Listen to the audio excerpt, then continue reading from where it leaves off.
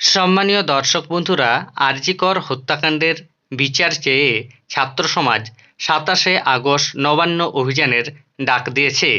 এই অভিযান ঘিরে এই মুহূর্তে সোশ্যাল মিডিয়ায় তীব্র উত্তেজনা দেখা যাচ্ছে। তবে রাজ্য সরকার প্রথমে সুপ্রিম কোর্ট এবং পরে হাইকোর্টে জানিয়েছিল এই ধরনের কর্মসূচির ফলে রাজ্যের আইন শৃঙ্খলা বিঘ্নিত হতে পারে, তাই এই ধরনের কর্মসূচি বাতিল করা হোক। তবে রাজ্য সরকারের আবেদনে সাড়া দিল না সুপ্রিম কোর্ট বা হাইকোর্ট। সে ব্যাপারে বিস্তারিত আপনারা দেখুন। সুপ্রিম কোর্টের পর হাইকোর্ট, নবান্ন অভিযান মামলায় হস্তক্ষেপেই করল না আদালত। আগামী ২৭ আগস্টের নবান্ন অভিযান সংক্রান্ত মামলায় হস্তক্ষেপেই করল না কলকাতা হাইকোর্ট। বিচারপতি হরিশ ট্যান্ডনের ডিভিশন বেঞ্চ সাফ জানায়, মামলায় এই মুহূর্তে কোনো হস্তক্ষেপ করবে না আদালত। ৪ সপ্তাহ পর ফের এই মামলার শুনানি। আরজিকর মেডিকেল কলেজ ও হাসপাতালে তরুণী চিকিৎসকের হত্যাকাণ্ডে উত্তাল গোটা শহর। তার মাঝে আগামী ২৭ আগস্টের নবান্ন অভিযানে অশান্তির আশঙ্কা। ওই কর্মসূচি আটকাতে কলকাতা হাইকোর্টের দ্বারস্থ হয় রাজ্য সরকার।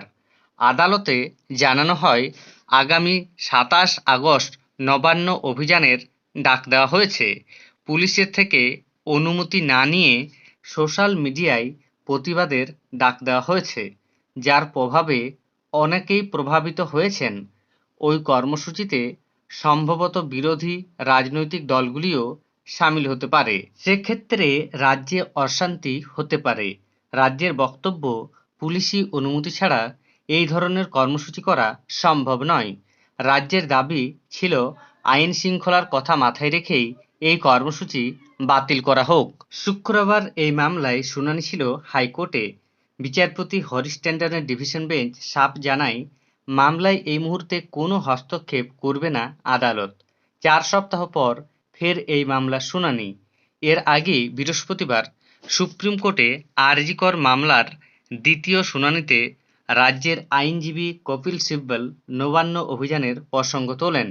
প্রধান বিচারপতি স্পষ্ট জানান, শান্তিপূর্ণ প্রতিবাদ কর্মসূচিতে কোনোভাবেই বাধা দেওয়া যাবে না। যারা শান্তিপূর্ণ আন্দোলন করবেন তাদের বিরুদ্ধে কোনো পদক্ষেপও গ্রহণ করতে পারবে না পুলিশ। সুপ্রিম কোর্টের মতো নবান্ন অভিযান সংক্রান্ত মামলায় একই অবস্থান কলকাতা হাইকোর্টেরও। তাহলে বুঝতে পারছেন, নবান্ন অভিযানে কোনো রকমের হস্তক্ষেপ করল না সুপ্রিম কোর্ট বা হাইকোর্ট। আপনারা শান্তিপূর্ণভাবে প্রতিবাদ জানাতে পারবেন। ধন্যবাদ।